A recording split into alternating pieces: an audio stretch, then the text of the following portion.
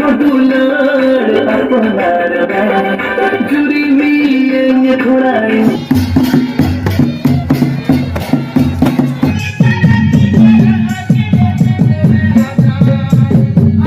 संथाल जनजाति का सबसे बड़ा पर्व सोहराय का आज से आगाज। विभिन्न संस्थाओं में सोहराय मिलन समारोह का हो रहा आयोजन। सांस्कृतिक कार्यक्रमों से उत्साह का है माहौल। संथाल जनजाति का सबसे बड़ा पर्व सोहराय आज से अर्थात 9 जनवरी से प्रारंभ हो गया। इसके पूर्व से ही सोहराय की आकर्षक झलकियां सोहराय मिलन समारोह में परिलक्षित होने लगी है।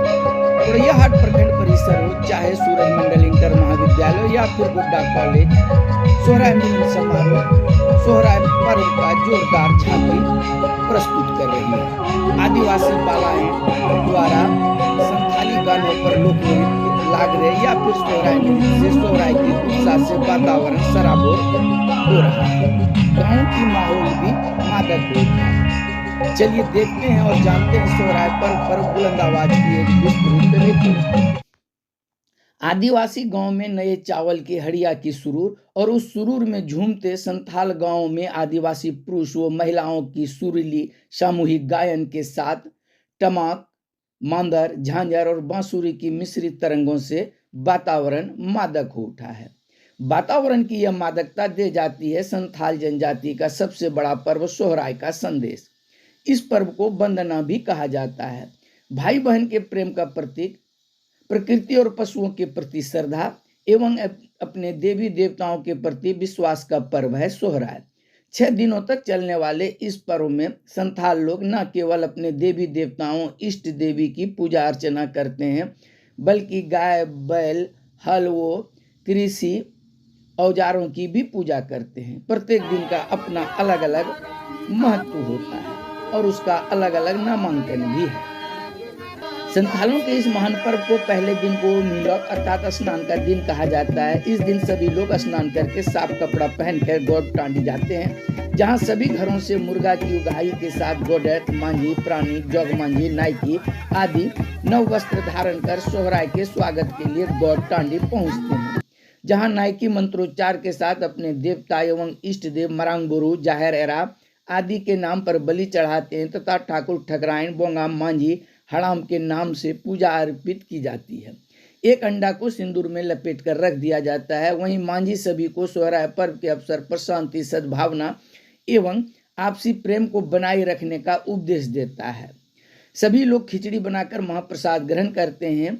इसी क्रम में अगल बगल पशु चराने वाले को गाय, भैंस, बैल के साथ बुलाया जाता है एवं पिंड पर रखे अंडे को फोड़वाया जाता है।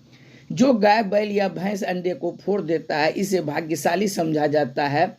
गोडटांडी में सभी लोग नाचते गाते हुए गांव की ओर प्रस्थान करते हैं और रात को गाय की आराधना करते हैं। इसे गाय जगाव कहते हैं।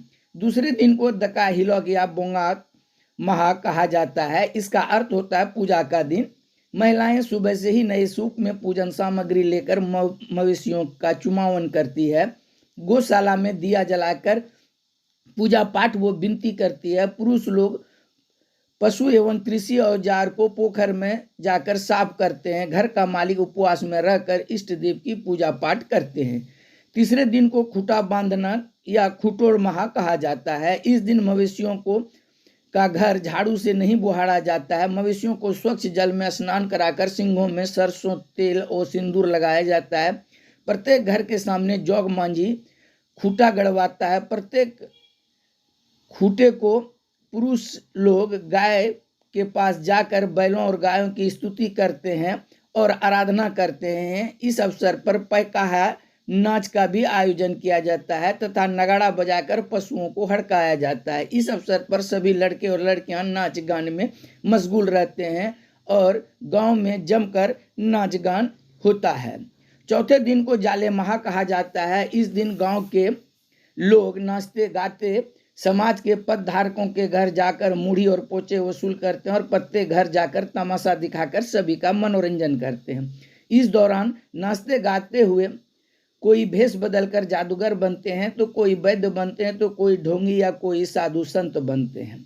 5वें दिन को हाको काटको महा कहा जाता है, अर्थात मछली केकड़ा पकड़ने का दिन। इस दिन सभी लोग नाला, तालाब, जलाशयों में मछली, केकड़ा पकड़ने जाते हैं। गलियों में सामूहिक नृत्य संगीत का आनंद लेते हैं। छठे दिन को बेजा हिलौक या शिकार का दिन कहा जाता है। यह 14 जनवरी होता है, इसलिए संथाली में इसे सकरात भी बोला जाता है। छठे दिन पुरुष लोग गांव में शिकार करते हैं जाते हैं। शाम में लोग मांदर टमाक बजाते हुए बेंझा टांडी में जमा होते हैं, जहां घर घर से तहसील किया हुआ पकवान आदि पूजा स्थल मांझी थान में अर्पित किया जाता है। इसके बाद बेंझा टांडी में एक केला का धड़ काट कर गाड़ दिया जाता है, जिसमें एक पीठा रख दिया जाता है। इसके बाद जोग मांझी सभी ग्रामीणों को, नवयुवकों को अपने तीर धनुष से निशाना लगाने कहते हैं। जो युवक पीठा में निशाना लगा देता है उसे पदधारक सम्मान देता है। उसके बाद सभी पुरुष महिलाएं एकत्रित होकर नाच गान करते हैं और सोहराय का समापन होता है। इस प्रकार मानव जीवन और प्रकृति के बीच अन्योन्याश्रय संबंध को परिलक्षित करता है। सोहराय पर्व गौड़ टांडी से शुरू होता है और बेंझा टांडी में समाप्त होता है। प्रकृति पुत्रों द्वारा मनाया जाने वाला यह 6 दिनी उत्सव उनके अनादि सभ्यता की निरंतरता की गाथा का एक स्वर्णिम अंश है, जो आज भी अक्षुण्ण है। इस पर्व में अपने देवी देवता से लेकर पालतू जानवरों की पूजा की जाती है, अपने पूर्वजों की पूजा की जाती है।